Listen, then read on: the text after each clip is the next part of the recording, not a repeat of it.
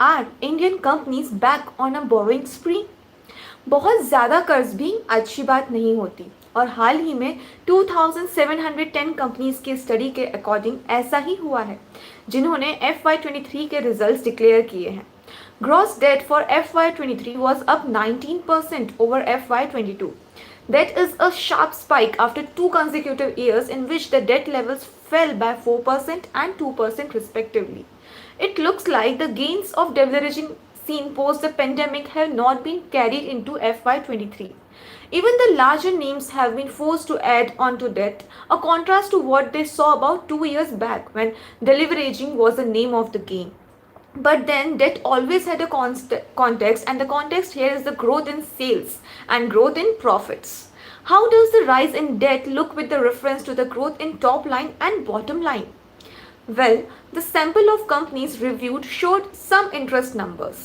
The aggregate borrowings of Indian corporates stood at rupees 25.9 trillion as of the close of FY23, showing a growth of 18.7% YOY.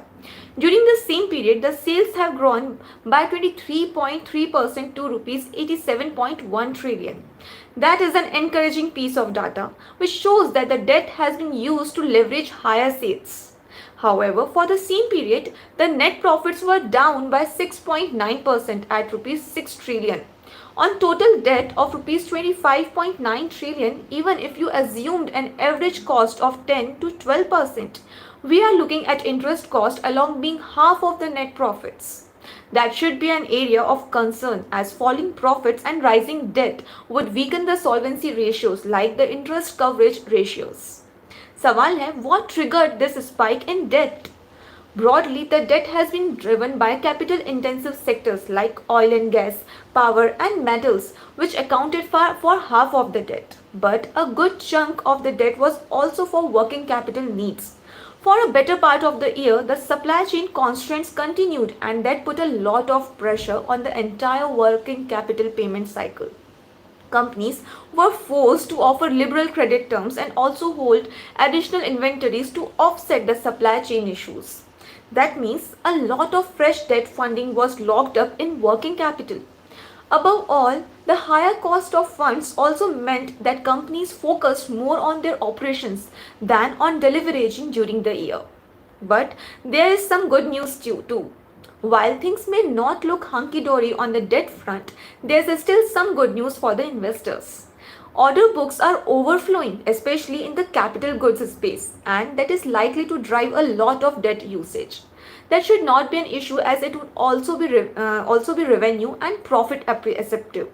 Secondly, as some analysts interpret it, strong demand for debt exudes confidence on the part of the factory managers and the CFOs that demand would be robust and that debt serving should not pose a problem.